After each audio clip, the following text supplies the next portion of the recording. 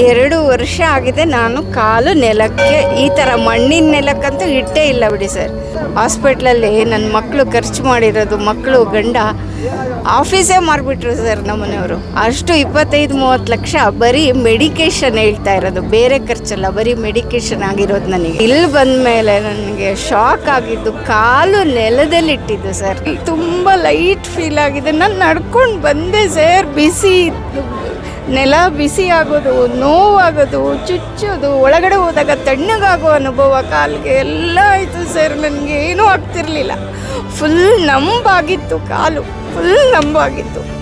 ಸಮಸ್ಯೆ ಅಂದರೆ ನಡೆಕಾಯ್ತೇನಿಲ್ವಲ್ಲ, ನಡೆಕಾಯ್ತೇನಿಲ್ಲ. ಫಸ್ಟ್ ದಿವಸ ಬರ್ಬೇಕಾರೆ ಇಲ್ಲಿಗೆ ಇವ್ರು ಹಿಡ್ಕೊಂಬಂದ್ರು ನನ್ನ. ಆಮೇಲೆ 2ನೇ ವಾರಕ್ಕೆ ನಾನೇ ಬಂದೆ, ಒಬ್ಬನೇ ಬಂದೆ. ಈಗ ಮೊನ್ನೆ ಬಿದ್ದುಬಿಟ್ಟು ಈಗ ಅದು 50% ವಾಸಿಗೆ ಒಬ್ಬನೇ ತಿರುಗಾಡ್ತಾ ಇದೆ. ಇಲ್ಲಿ ಬರ್ಬೇಕಾದ್ರೆ ನಾನು ಒಬ್ಬನೇ ಬರ್ತಾಯಿದ್ದೆ ಸರ್. ಅಮ್ಮನ ಪವರ ಬೆಂಕಿ ಸರ್ ಅವಳು. ಆ ಥರ ಎಲ್ಲ ನಾವು ಮಾತಾಡುವಾಗಲೇ ಇಲ್ಲ. ಅವಳನ್ನು ಬರೀ ದೂರದಿಂದ ನೋಡಬೇಕು, ಕೈ ಮುಗಿಬೇಕು, ನಮ್ಮ ಕಷ್ಟ ಹೇಳ್ಕೋಬೇಕು, ಪಟ್ಟಂತ ತೀರಿಸ್ತಾಳೆ ಅಷ್ಟೇ ಸರ್.